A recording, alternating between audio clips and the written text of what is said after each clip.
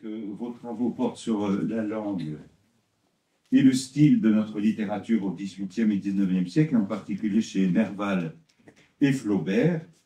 Et nous allons écouter dans ce magnifique intitulé la musique de la phrase flaubertienne et sa genèse. Effectivement, avec quel travail acharné Flaubert écrit et réécrit ses textes à la sueur de son front, remettant toujours sa phrase sur le métier. Et donc, je vous laisse 25 minutes, monsieur. Merci. Merci beaucoup pour cette présentation. Merci beaucoup pour cette journée formidable. Oui, et alors, effectivement, mon idée, c'était de me confronter à cette question redoutable, à vrai dire, de la musicalité de la phrase, dite musicalité de la phrase. En fait, je vais pouvoir présenter une toute petite partie du dossier, bien sûr, parce que c'est un sujet un peu difficile, et qu'en plus, moi, je suis linguiste, donc ce qui m'intéresse, c'est la technicité du style littéraire et musical. Et donc, je ne compare pas les imaginaires ou les discours sûrs ou les interactions entre les discours sûrs, mais les objets eux-mêmes. Et donc, je suis habitué à être particulièrement technique, y compris dans les interventions de journées d'études, tout ça. Je vais essayer là de ne pas l'être trop pour être clair pour tout le monde et tout ça. N'hésitez pas à me poser des questions à la fin si j'ai dit un gros mot ou quelque chose qui n'était pas du tout clair. Voilà, je m'excuse, c'est dû en fait à mon biais disciplinaire. Donc, voilà, le but là, juste dans la prochaine demi-heure, ce serait d'essayer de toucher du doigt d'où vient le rythme flaubertien, quel est son rôle, et comment est-ce qu'on peut dire quelque chose de plus que simplement « ah, c'est beau » ou « ah, c'est musical ». Alors, je vais presque pas parler de musique en fait, et j'espère simplement que ce que je vais dire vous permettra d'imaginer comment est-ce qu'ensuite on peut ouvrir à des comparaisons beaucoup plus serrées entre littérature et musique. Mais là, voilà, j'ai le temps simplement de prendre deux phrases en fait, et de les décortiquer un peu, d'essayer de comprendre la fonction du rythme dans ces phrases, et aussi comment est-ce que Flaubert a abouti à ça dans ses brouillons. C'est éminemment lié à la question de l'interprétation aussi vocale, réelle, à la lecture à voix haute. Donc je pense que ça résonne avec le spectacle que j'espère que vous avez vu hier, de lecture de texte de Maupassant. Voilà. Donc en gros, essayer de trouver le lien entre la phrase et le phrasé, comment est-ce que ça s'articule. Et ce phrasé, essayer d'imaginer aussi que c'est le fruit d'un travail de Flaubert qui est réfléchi, une mise en scène de la syntaxe qui a un sens, qui a un impact sur la représentation et qui n'est pas simplement un effet de joli ou d'ornement. La preuve, avec cette question d'interprétation vocale et théâtrale, c'est que la façon dont M. Krieg lit change le sens, change l'interprétation générale du texte, le tempo, la vitesse de diction, les silences, les pauses, tout ça, ça compte, et tout ça, en fait, c'est textuel, c'est lié à la syntaxe, à l'ordre des mots, à la ponctuation qui régule tout ça. Et donc c'est ça que je voudrais regarder un petit peu. Alors, mon exemple, ce sera une phrase, j'ai pris une phrase plus ou moins au hasard, une phrase qu'avait choisie Barthes pour un séminaire en 1975, où il avait choisi de cette phrase de Bouvard-Pécuchet qui le fascinait tout particulièrement, sans qu'il arrive à en déterminer les ressorts et pourquoi est-ce qu'il était fasciné par ces phrases. Alors, ce sont des notes qui apparaissent dans ce texte-là, un peu inédit, sur cette phrase de Bouvard-Pécuchet, enfin, qui était jusqu'à assez récemment. Donc, ce Barthes-là commente cette phrase-là de Bouvard-Pécuchet. Tout à coup, un ivrogne traversa en zigzag au trottoir, et à propos des ouvriers, il vend ta mère une conversation politique. Voilà, ce que j'ai lu là, très mal, un peu exprès, donc de façon neutre. Et voici le commentaire donc, de Barthes. La forme n'est pas dans la structure, mais seulement et pleinement dans le lancer de la phrase. Chez Flaubert, il faut noter la place capitale des adverbes, au début ou à la fin. Ici, l'ouverture de la phrase se fait par un adverbe abrupt, tout à coup. Fonction diagrammatique. Accent par déplacement de l'adverbe en tête, loin du verbe, rupture logique du temps et de l'espace. Ok ? Donc on n'a que ça, il a écrit que ça sur cette phrase, et pour lui, c'est là, ça, le commentaire. Donc je vous remets la phrase pour que vous puissiez un peu digérer, et puis vous demandez si vous êtes d'accord avec Barthes ou pas. En fait, qu'est-ce que c'est fonction diagrammatique? Peut-être que ça vaut le coup d'expliquer fonction diagrammatique. C'est très technique, c'est de la logique en fait, et de la sémantique théorique, mais en gros, l'idée, c'est que pour qu'une phrase puisse être comprise, il faut que l'arrangement des mots fonctionne en qualité d'icône, mais c'est donc l'arrangement, le lien entre les mots et leur place, donc comme dans un diagramme, qui a du sens. C'est pas chaque mot qui a un signifiant et un signifié, comme quand je dis poule, tout le monde voit une poule. Là, c'est diagrammatique, c'est-à-dire le fait, comme dans un diagramme, que ce soit au-dessus ou à côté et qu'il y ait des poids entre les éléments du diagramme qui fait sens. Donc c'est ça la fonction diagrammatique de la phrase. Et donc pour Barthes, ici, ce qui est intéressant, c'est que tout à coup soit loin du verbe, et que ça crée donc, en fait, comme visuellement, mais surtout syntaxiquement, une rupture entre le temps et l'espace. L'espace de la traversée et puis le temps du tout à coup. Voilà, alors ça, c'est quand même un peu fuyant, je sais pas, moi je trouve que le commentaire de Barthes n'est pas extrêmement clair, ni très porteur, on voit pas très bien ce qu'il veut nous dire. De fait, tout à coup est détaché en tête de phrase, donc il y a un accent prosodique supplémentaire, hein, puisqu'il y a la virgule, donc on doit accentuer en plus, mais c'est quand même assez banal, on va dire. On trouve ça partout, c'est pas du tout la première prose à mettre un adverbe de rupture en tête de phrase pour dramatiser un événement. Donc, moi, je voudrais vous proposer de chercher un peu plus loin. On peut quand même garder en tête, donc déjà, cette idée assez suggestive que la construction de la phrase et l'ordre des mots, et en particulier le choix de l'attaque de phrase, aura un fonctionnement sémantique qui est propre. Donc, le fait que ce soit ordonnancé et rythmé de telle manière, ça ajoute du sens. C'est pas équivalent à le mettre ailleurs. Et donc, c'est cette espèce de fonctionnement dit diagrammatique, dit Barthes. Alors, qu'est-ce qu'on peut rajouter? Déjà, je voulais vous montrer le brouillon, l'étape de brouillon, pour que vous soyez bien persuadés qu'effectivement, tout à coup est d'abord mis après. Hein, ça, tout à coup. Et puis ensuite, il est déplacé en tête de phrase. Donc, on a effectivement un petit événement là. Et puis, je voudrais aussi vous montrer que, à vrai dire, dans la phrase, Barthes ne le dit pas, mais on a un deuxième déplacement, puisque dans la deuxième partie, et à propos des ouvriers, ils entamèrent une conversation politique, c'est aussi un déplacement d'un élément, d'un constituant de la phrase en tête de phrase, loin du verbe. Ok, puisque, en fait, cette phrase, c'est « ils entamèrent une conversation politique à propos des ouvriers ». Ok, conversation à propos de... Et donc là, vous avez un déplacement, ce qu'on appelle prolepse en linguistique, en tête de parole, en tête de phrase, pardon. Et voilà, en fait, c'est un discours narrativisé, ça aussi c'est notre jargon, un récit de parole, au lieu de donner le contenu précis de la conversation, il résume, donc on n'a pas le mot à mot, on aura simplement un récit de ces paroles, un discours narrativisé, résumé, la conversation politique à propos des ouvriers. Et donc si on comprend ça comme ça a un impact sur la lecture à voix haute, il faut lire d'une traite, et à propos des ouvriers, ils entamèrent une conversation politique. Voilà, comme je viens de le faire. Et donc prolepse. Voilà, ça c'est, on va dire, une analyse super neutre, grammaticale, pas spécialement littéraire, sans essayer de chercher la spécificité de ces déplacements de groupe. Alors, qu'est-ce qui se passe? En fait, normalement, dans une phrase, quand vous mettez un complément en tête de phrase, vous complétez la phrase entière. C'est ce qu'on appelle un complément de cadrage. Vous cadrez toute la phrase. Comme quand vous dites le lundi, je vais à la piscine, c'est pas pareil que de dire je vais à la piscine le lundi. Dans la première phrase, vous opérez un cadre, une tranche d'espace mental qui est donc cadré par le lundi. Donc ça, c'est un peu différent dans la façon de comprendre les phrases. Et en l'occurrence, à propos de en tête de phrase a un sens un peu différent. Je vous mets un autre exemple tiré de Flaubert pour que vous sentiez ce que je veux dire. C'est ce cas de figure-là. À propos d'examen, je n'ai point encore ouvert mes livres de droit. Alors là, c'est pas du tout un complément donc qu'on dit essentiel lié au verbe ou au sujet ou au complément. C'est vraiment toute la phrase, n'est-ce pas? À propos d'examen, j'ai posé mon cadre et ensuite je le remplis, je fais ma prédication. Je n'ai point encore ouvert mes livres de droit. Okay, donc ça, normalement, c'est le rôle de « à propos de » en tête de phrase. Ce qu'on appelle, pour ceux qui sont de mon bord, complément circonstanciel de cadrage énonciatif. Hein, donc ça, c'est de la lexique énonciative.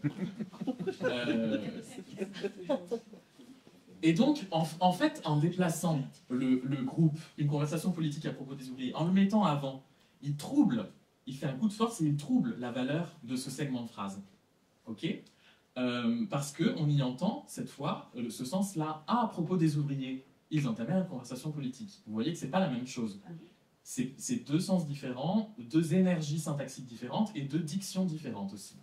Okay, Alors, en plus de ça, normalement, quand on fait ce type-là de à propos de en tête de phrase, ce qui est contenu dans l'expression à propos de, donc à propos de X, le X est censé référer à quelque chose qui a été dit avant et le résumer, n'est-ce pas?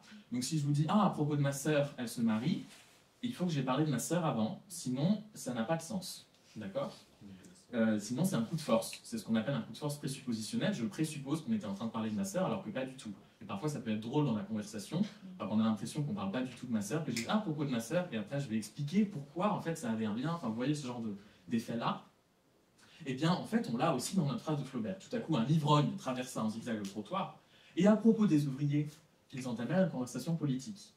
Donc ça veut dire que l'ivrogne est en fait, évidemment, le point de départ de cette conversation sur les ouvriers, et que les ouvriers en question, c'est la classe à laquelle l'ivrogne fait forcément partie. Donc en fait, derrière, là, on a un stéréotype, un cliché. On sait tous que Flaubert adore les clichés, et là, le cliché, c'est les ivrognes, c'est forcément des ouvriers, qui sont, voilà... tout ce qu'on peut imaginer de préjugés de classe sociale et tout ça. Donc Bouvard et Pécuchet observent ça, et pour eux, il n'y a absolument aucun problème à voir un ivrogne et à dire « Ah, à propos des ouvriers, ils entamèrent une conversation politique. » Donc, ça veut dire qu'à cause de la position frontale de « à propos des ouvriers », la recatégorisation de l'ivrogne en ouvrier, elle est effective, elle est palpable, elle est rythmisée, elle est rythmée, et elle est donc assignable aux deux compères, à Bouvard et Pécuchet, ce qui donne une coloration de, un peu comme si c'était en fait une forme de discours rapporté. On avait accès à leurs paroles. Donc on entend Bouvard ou Pécuchet dire « Ah, à propos des ouvriers !» et ensuite la suite de la conversation. Donc vous voyez que ça devient brillant de la part de Flaubert, parce que tout à l'heure je disais que c'était simplement un récit de parole où on n'avait pas accès au contenu. C'était juste une conversation politique et on n'avait aucun mot à mot. Et en fait, en regardant mieux, on comprend qu'on a un effet de parole de type « Ah, et à propos des ouvriers !» et que cet effet de parole, il est aussi dû à l'ordre des mots, puisque c'est en fait chronologique. Il y a la traversée de l'ivrogne, et puis le segment prononcé, à propos des ouvriers, transition, ils entamèrent une conversation politique. Et donc c'est bien, ils entamèrent une conversation politique. À propos de, c'est pour entamer une conversation. Donc entamer aussi, très bien, avec le choix de cette attaque de phrase. Alors, bon, ça je vais passer parce que c'est un peu, ça me paraît un petit peu jargonnant. Bref, ce que je veux dire, c'est que la position là inattendue fait coller la phrase un peu poisseusement à la parole dont elle tâche de rendre compte, en dépit de l'absence apparente de discours rapporté. Et ça, c'est bien dû à la position syntaxique du groupe, qui a une énergie prosodique difficile, donc à négocier. Ça va être une négociation, comme toute interprétation musicale ou théâtrale.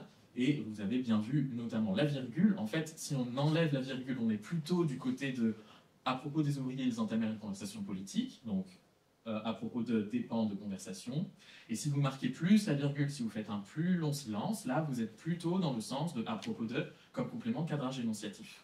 Mais de toute évidence, le choix de la place du mot, qui est donc un choix génétique, travaillé par Flaubert dans ses brouillons, a un impact sur le rythme, qui a lui-même un impact sur le sens, et tout ça est affaire d'interprétation.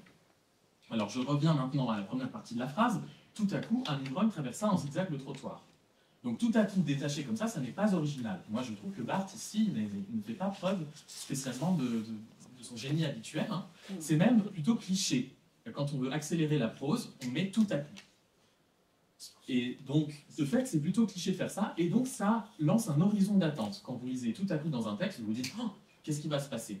Donc, lancement d'un horizon d'attente. Mais justement, c'est là qu'est tout le sel de la phrase de Flaubert, l'événement fulgurant, qu'est-ce que c'est? La traversée d'un trottoir par un ivrogne. À la démarche forcément affectée, n'est-ce pas? Un ivrogne qui traverse, en plus je vous rappelle qu'il fait 33 degrés hein, sur le boulevard Bourdon à ce moment-là du roman. Donc, un ivrogne qui traverse en zigzag le trottoir, ce n'est pas fulgurant, c'est lent. Donc ça veut dire que le contenu qui est décrit, l'image mentale, est censée être lente, alors même que tout à coup implique une idée de vitesse, une idée de surgissement. Un ivrogne, ça ne surgit pas, malheureusement, même au passé simple. Donc vous voyez que, à nouveau, et dans la même phrase, Flaubert s'amuse de la position initiale cadre, parce que c'est la position cadre, comme j'ai dit, mais ensuite le référent il est décadré, et d'ailleurs il marche en zigzag, vous l'aurez vu. ce zigzag de l'ivrogne se dérobe un peu à la ligne droite de la phrase flaubertienne, vous savez, qui fantasmait un peu cette idée de ligne droite. Et donc, on aurait deux solutions dès lors. Première solution, ou bien on considère que on fait confiance au tout à coup et à son énergie syntaxique, parce que la syntaxe, je veux dire, c'est la langue, on est tout petit face à ça, c'est elle qui gouverne. Hein. Donc, premièrement, soit on fait confiance à ça, et donc ça accélère, ça permet d'accélérer le pas de notre poivreau. D'accord? On fait coïncider la demande de fulgurance avec le tableau, et donc, si vous imaginez ça, donc, tout à coup, un livre traversant en zigzag le trottoir, vous avez une image un peu cartoon, un peu drôle comme ça. Donc ça, c'est tout à fait une possibilité. Et ça va avec un type de lecture, il faudrait faire comme je viens de lire, un peu rapide aussi, avec cette forme d'humour, et donc pas trop de virgule. La deuxième solution, c'est le contraire. Si on fait une lecture un peu plus lente, un peu plus nonchalante sur la virgule, on va faire de ce paradoxe phrastique un effet de point de vue. C'est-à-dire que ce qu'on comprend, c'est que le tout à coup ne concerne pas l'ivrogne lui-même qui fait une action tout à coup rapide, mais la prise de conscience par Bouvard et Pécuchet du fait qu'un ivrogne est en train de traverser le trottoir. Et qu'il est certainement même en train de traverser le trottoir depuis le début du livre. Ce ne sont pas difficiles. Et donc, ce qu'il faut comprendre, c'est tout à coup, il se rendirent compte qu'un ivrogne, etc., quelque chose comme ça, okay, effet de prise de conscience. Et ça, évidemment, on l'a toujours chez Flaubert, les effets de conscience, de perspective presque psychologique. Hein. Donc, ce qui se fait tout à coup, ce ne serait pas la traversée, ce ne serait pas le phénomène, mais la perception du phénomène. Et donc, vous voyez que dans cette deuxième option, on ne fait plus confiance à l'énergie du constituant initial, on accueille le différentiel des vitesses comme il est, le paradoxe dans la vitesse, on l'accepte et on en fait un différentiel de point de vue. Et dans cette option, qui est très possible aussi, le fonctionnement du passé simple est un peu bizarre. Hein. On attendrait plutôt ce qu'on appelle, pour les initiés, l'aspect séquent de l'imparfait, c'est-à-dire, donc, typiquement, le fait d'entrer en perception, donc on attendrait tout à coup, ils virent qu'un ivrogne traversait en zigzag le trottoir, n'est-ce pas? Au contraire, ici, comme on a le passé simple, on a l'impression d'un bloc, un ivrogne traversant en zigzag le trottoir, un bloc du fait du réel, qui est représenté comme tel, comme un fait du réel, dont on aurait tout à coup la perception. Ce qui fait qu'avec ce tout à coup en tête de phrase, on a une prise en bloc, une solidification de l'image. Et c'est la seule solution pour lui ôter sa vitesse propre, sa lenteur propre, et la soumettre au complément de cadrage. C'est cette prise en bloc, cette solidification. Et ce bloc, qui est donc syntaxique mais aussi optique, hein, mental, il existe aussi parce qu'il est audible, notamment parce que c'est un simili alexandrin. Vous l'avez peut-être entendu, un ivrogne traversa en zigzag le trottoir. Bon, voilà, très, très typique, hein, 4x3. Donc le référent, l'ivrogne, en tant qu'être vivant, il a une réalité propre, ok, mais il est fortement mis à distance par ce dispositif de point de vue, par ce blocage. On sent bien que cet ivrogne, il est comme éloigné, comme annulé, presque dévisibilisé, comme s'il n'était là que pour apparaître tout à coup, avant d'être absorbé immédiatement par la machine à invisibiliser que constituent Bouvard et Pécuchet. Bouvard et Pécuchet qui, eux, ne regardent pas. Eux, ils veulent analyser. De ce pas, ils vont classifier et commenter. Ah, à propos des ouvriers. Ok ? Donc, ils ne prennent pas la peine et le temps de voir. Ils ne laissent pas à ce monsieur la chance d'avoir son tempo à lui. Ok ? Et donc, finalement, la syntaxe et le rythme ici portent toute une vision du monde qui est en fait à la base du déploiement de Bouvard et Pécuchet, puisqu'en fait, Bouvard et Pécuchet, c'est un roman d'initiation sur l'acceptation du fait réel à observer. C'est-à-dire que leur pulsion classifiante et scientifique est précisément mise en scène tout au long du roman comme quelque chose qui va petit à petit s'assouplir, et en fait, vous avez des moments de contemplation du type un chien aboya, tout seul, qui arrive, mais plus tard dans le livre. Pour l'instant, on n'en est pas encore là.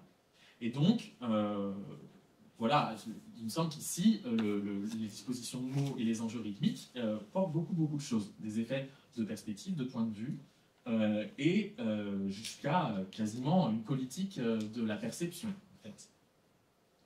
Alors, dans le temps qui me reste, je voudrais regarder une autre phrase. C'est celle-ci. Voilà, toute petite aussi, dans l'éducation sentimentale, au-delà du fleuve se développait en large demi-cercle le bois de Boulogne, Neuilly, Sèvres, Meudon. Alors, je ne vais pas avoir le temps de dire beaucoup de choses très précises, simplement pour vous dire la méthode habituelle de Flaubert pour travailler son rythme. C'est étonnant, ça part souvent d'un effet de liste, donc de juxtaposition non rythmée. Justement, là, vous avez un exemple dans Salammbô, vous avez des éléments encensoirs, point, l'air retentissant du bruit, point, coq sur les terrasses, point, et c'est tout ça qu'il va falloir agencer et mettre en rythme.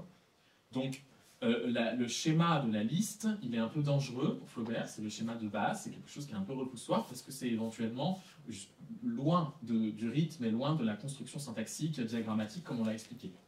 Or, là, on en a une petite liste, mais on en a une, en large demi-cercle, le bois de Boulogne, Neuilly, Sèvres, Meudon. Donc en fait, la question c'est pourquoi est-ce qu'il retourne à un effet de liste en cours de Genèse. Et en fait, ça, on pourrait le regarder très concrètement. Voilà, vous voyez, le premier état du texte, on a un effet un peu liste, comme ça, paysage qu'on a, courbe de la Seine, bois de Boulogne. Le deuxième état précise, hein, c'est censé être la vue qu'on a de la salle à manger. Dans le cinquième état, vous avez en fait quelque chose qui serait beaucoup plus organisé, comme un paysage voilà, où on guide le regard, Meudon en face, à droite les collines boisées de Sèvres et Ville d'Avray. Et puis dans le quatrième état, vous avez ici à nouveau des effets pour préciser un peu tout ça, vous voyez courbe de la Seine, dans le courbe de la Seine, et il ajoute des verbes pour aboutir petit à petit à sa phrase. Et puis dans le sixième état, on retourne à un effet de liste. Donc là, vous voyez le bois de Boulogne, Neuilly qui est intercalé entre le bois de Boulogne et Meudon, Meudon, Sèvres et Ville d'Avray.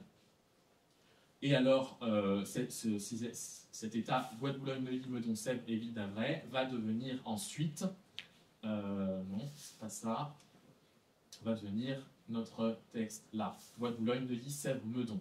Et vous avez donc inversion de Sèvres et Meudon et suppression de Ville d'Avray. Bon. Alors pourquoi tout ça et à quoi ça dessert? Pourquoi est-ce qu'il accepte de revenir à un schéma énumératif alors que tout son processus de jeunesse c'était plutôt d'expliquer à droite vous avez ça, et puis dans le cours de la Seine vous avez ci et ça. Alors, normalement, quand vous avez une énumération comme ça fait un effet de perception à nouveau. C'est toujours cette fonction diagrammatique. Ça veut dire que la personne qui observe regarde d'abord le bois de Boulogne, puis Neuilly, puis Sèvres, puis Meudon. Ça fait effet de demi-cercle. Ça, c'est le fonctionnement normal d'une énumération. Vous en avez un exemple tout à fait clair, là, dans un autre passage de l'éducation sentimentale. La tour Saint-Jacques, l'hôtel de ville, Saint-Gervais, Saint-Louis, Saint-Paul se levaient en face parmi les toits confondus. Et donc ça, c'est tout à fait dans l'ordre de la vision. Si vous êtes sur le quai de Paris où est Frédéric, en fait, vous voyez dans l'ordre ces bâtiments si vous parcourez en demi-cercle comme ça. Et la preuve, c'est que en fait, Flaubert est allé sur place pour prendre des notes, justement, sur ce qu'on voit. Alors, du quai Napoléon, qu'est-ce qu'on voit? Eh bien, un gros monument neuf qui est une caserne derrière l'hôtel de ville, puis l'église Saint-Paul, etc. Okay, donc ça veut dire que Flaubert, quand il est sur place pour prendre ses notes pour l'éducation sentimentale, il voit la caserne derrière l'hôtel de ville et puis l'église Saint-Paul. Et c'est intéressant parce que la liste va aplatir la perspective. Au lieu de dire derrière l'hôtel, hop, il va rapprocher voilà, sur une perspective unique, puisque l'effet de profondeur est rabattu par la liste. Et ça, c'est toujours dans la version finale, puisque Saint-Louis, si vous avez une idée de la géographie parisienne, Saint-Louis, c'est l'île au milieu, donc elle est beaucoup plus devant par rapport à l'hôtel de ville, Saint-Gervais, Saint-Paul, etc. Donc en fait, Saint-Louis est l'équivalent de la caserne. La caserne, évidemment, elle n'existait pas à l'époque de Frédéric, donc il ne peut pas la garder pour faire son effet de point de vue. Il prend un autre espace parisien qui était déjà à l'époque de Frédéric, pour arriver à faire cet effet de perspective. Okay, donc l'idée que la liste, elle permet de jouer avec l'effet de perception. Je sais, merci. Elle permet de jouer avec l'effet de perception. Et voilà, sur les profondeurs de champ et les effets d'aplatissement, puisqu'en fait, c'est parce qu'il y a quelqu'un qui perçoit et qui regarde que ça peut être mis sur le même plan sous la forme d'une liste. Okay, et le fait qu'il ait gardé cette idée de derrière l'hôtel de ville, mais en prenant Saint-Louis, c'est la preuve qu'il y tenait. Or, justement, c'est ce qu'on retrouve à nouveau dans le bois de Boulogne, Neuilly, etc. Ici, le bois de Boulogne, Neuilly, Sèvres, Meudon. Parce qu'en fait, Neuilly ne peut pas s'apercevoir depuis Saint-Cloud où est Frédéric. Et donc, en fait, si on fait l'enquête, Neuilly ne peut s'apercevoir que derrière le bois de Boulogne. Ce qui veut dire qu'à nouveau, en fait, dans ce genre d'énumération, vous avez un effet prosodique intéressant qui est lié à la géographie de la représentation. C'est-à-dire qu'on ne pourra pas lire le bois de Boulogne, Neuilly, Sèvres, Meudon, parce que ce n'est pas sur le même plan. En fait, on a plutôt 3 blocs. Le bois de Boulogne, Neuilly, Sèvres, Meudon. C'est comme ça que ça se passe. Voilà ce que je voulais dire de cette énumération. Donc, j'ai été assez vite sur l'explication. Mais donc, l'énumération, elle renonce à l'organisation à gauche, à droite et tout ça, et elle compte sur le fonctionnement énonciatif, c'est-à-dire sur le fonctionnement de la perception, et elle travaille une géographie de la représentation. Mon intérêt, c'était de vous montrer que ces effets rythmiques, pour autant que vous soyez convaincus, sont aussi très directement liés à des effets de représentation, et notamment des effets picturaux, parce qu'en fait, cet effet de perception des plans qui sont en fait à la fois des plans différents et en même temps rapprochés par la perception et par l'effet liste, c'est très exactement l'esthétique de Manet. Et là, je vous ai mis, donc, pour conclure, en fait, des fragments du Déjeuner sur l'herbe, qui ont été très longuement commentés, donc je ne vais pas faire de la paraphrase, mais en fait, ce qui est très chouette, c'est que vous avez l'oiseau qui est en vol et qui est très détaillé en termes de touches, alors que la grenouille en premier plan, elle est au contraire faite avec une patte large. Et donc c'est un peu contre-intuitif. Et donc toute l'idée des commentateurs de la modernité de Manet, c'est justement d'expliquer qu'on n'est plus en train de représenter juste le réel tel qu'on pourrait le voir comme ça, mais qu'on essaye de régler la perception, notamment en disant que si c'est peint aussi précisément, c'est justement pour rendre compte d'une perception rapide. Pour que l'oiseau soit saisi en vol, il faut que le regard soit rapide, instantané et précis, alors que la grenouille, elle est immobile. Et voilà. Alors, donc des effets de tempo qui sont à relier avec ce que je disais sur le tempo de l'ivrogne tout à l'heure, etc. Et tout ça, c'est affaire de régulation du rythme, régulation par le rythme, notamment liée à la genèse, comme j'ai montré, la genèse de Flaubert, mais aussi la genèse de Manet, parce qu'en nous montrant la touche, il nous montre aussi la genèse du processus. Voilà, je trouvais ça sympathique de finir avec une grenouille qui est le symbole de la société des amis de Flaubert et Maupassant.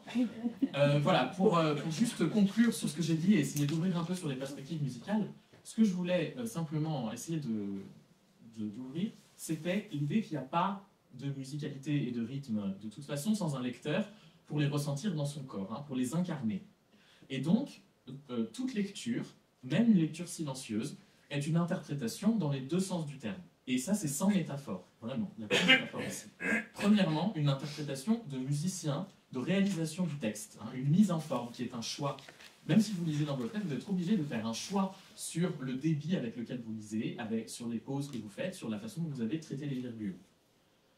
Et tout ça, cette interprétation qui peut être intime mais qui est toujours une incarnation, elle va avec une façon de représenter, avec un choix dans ce qu'on va imaginer de ce que nous dit Flaubert, des choix sémantiques, des choix de représentation. La syntaxe et l'intonation, elles gouvernent une géométrie de cette représentation, des faits de perspective, des faits de perception.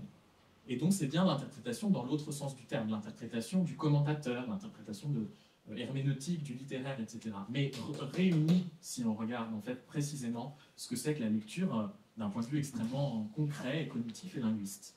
Voilà.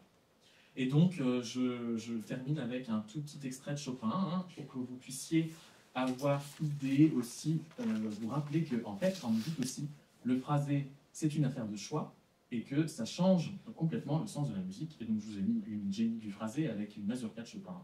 Voilà.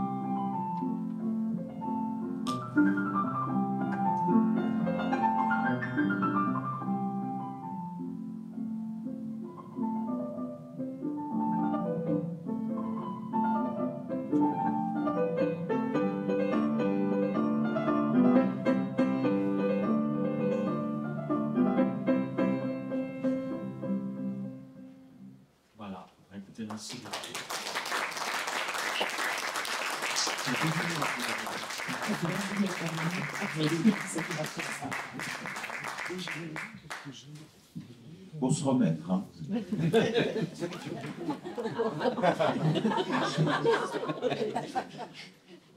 C'est de la haute voltige. C'est étourdissant. C'est passionnant. C'est l'impact du rythme sur l'impact du sens qui ouvre à des visions différentes. Ça m'a retourné. Il y a une chose que je voulais vous dire aussi, qui m'a apparu, peut-être que quand vous avez parlé de la succession Neuilly, etc., ou de Saint-Paul, on dirait un chef opérateur de cinéma, en fait, hein, qui repère les lieux et qui axe sa focale selon ce que le metteur en scène ou ce que lui ressent. Je ne sais pas. Ça m'avait, moi, touché aussi, c'est dans la scène du comice. On sent qu'il y a tous les personnages entre Rodolphe, Emma, Tuvache, les animaux, etc. Enfin, comment il y a cette répartition aussi du paysage. Enfin bon, c'est modeste. Hein. Est-ce qu'il y aurait des questions? Clément, juste dans l'extrait de Bouvard et Pécuchet, vous ne nous avez rien dit sur le tiret qui se trouve après le point de virgule.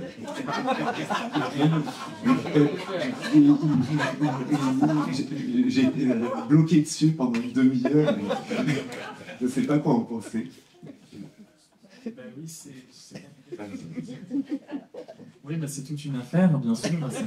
Ça nous intéresse beaucoup. Je peux parler à nouveau 25 minutes sur le tiret. Oui, ben c'est un des grands plaisirs de Flaubert de faire ça. C'est en général pour pointer ce qu'on appelle un décrochage énonciatif. Le décrochage énonciatif, ça veut dire qu'on change de plan énonciatif. C'est pas la même perception ou pas la même personne qui parle, pas le même point de vue, etc. Donc en fait, ici, il est tout à fait logique qu'on en ait un avant l'effet que j'ai décrit.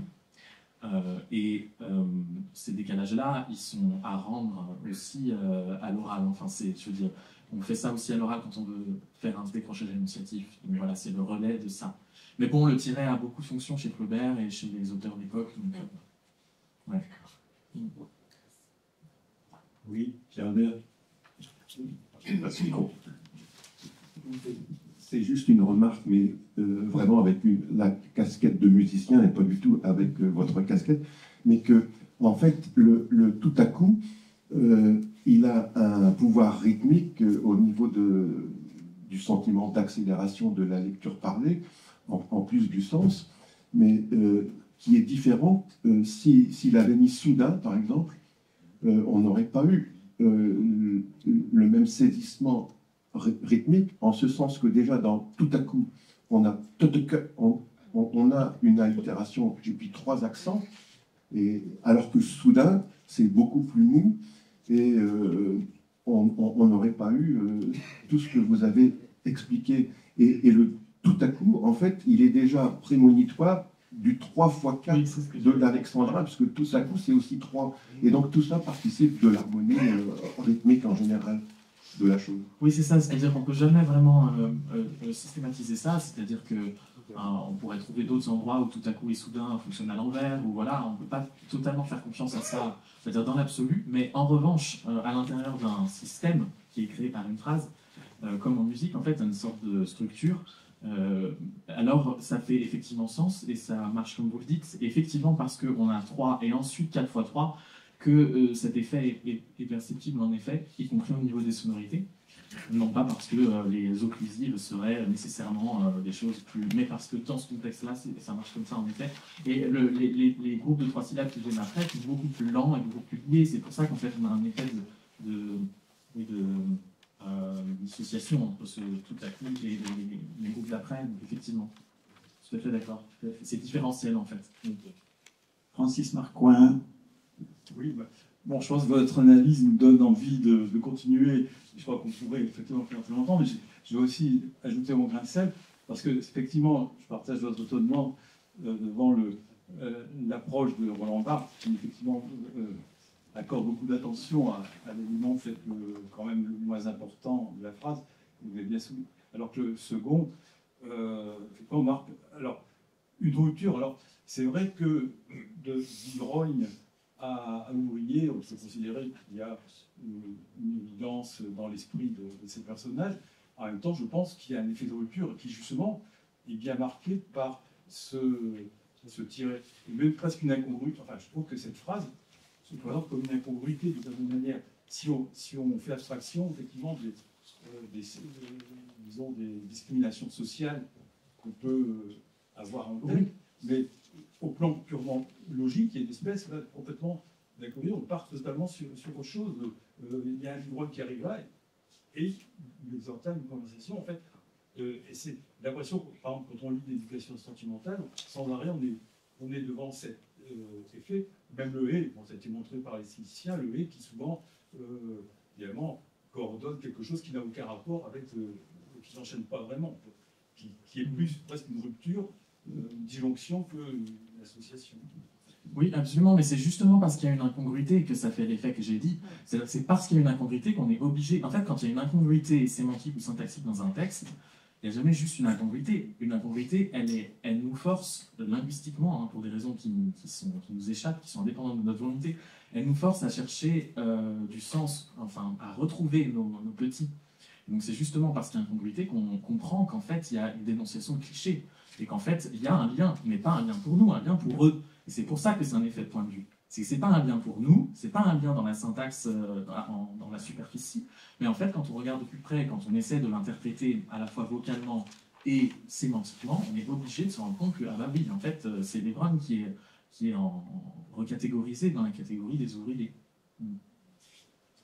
Si je peux me permettre d'abuser du micro, pour revenir sur le commentaire que tu fais de Boulogne, de Guy, Sèvres, Bedon, etc., j'ai eu l'impression que tu l'es placé dans une sorte de continuité du paysage que l'on pouvait embrasser d'un regard circulaire. Est-ce qu'il n'y aurait pas une autre lecture inverse qui consisterait à dire que l'énumération est au contraire défait le paysage? On est dans la discontinuité, et alors là, on est tout à fait dans l'esprit de l'éducation sentimentale, d'autant qu'il n'y a pas de coordination finale, c'est-à-dire que la liste n'est pas close. On pourrait continuer l'énumération à l'infini. Et là, on n'est plus dans, comment dire, un panorama de paysage, mais au contraire dans la dislocation de la géographie. Mais absolument, et en fait c'est justement à nouveau une grande tension, parce que enfin, vous mettez le doigt sur quelque chose que j'ai pas eu le temps de dire, mais en réalité, Sèvres et Meudon, c'est pas dans cet ordre. Quand vous regardez, il y a le boulevard de Boulogne, et ensuite c'est Meudon, et ensuite Sèvres. Donc le fait d'intervertir, ça va de toute façon à l'encontre d'un regard en demi-cercle suivi et énonciativement porté. Et par ailleurs, on a aussi ici, dans le 6e état, regardez, la diversité / succession de leur verdure et de leur terrain plat. Donc en fait, il y a effectivement une idée de, à la fois la globalité de la perception et en même temps la successivité et la diversité, enfin une espèce de truc très à la Manet, et qu'on retrouve dans d'autres endroits de l'éducation sentimentale, où il saisissait presque d'un même coup d'œil les raisins noirs de sa capote et les baies des genévriers. Vous vous rappelez ce passage? Presque du même coup d'œil. C'est tous des effets de perception très intimes qui sont transcrits par là. Presque du même coup d'œil les raisins noirs de sa capote et les baies des genévriers. Et là, c'est pareil, en fait. C'est presque du même coup d'œil, presque en demi-cercle, presque avec une différenciation, mais pas complètement, etc., etc.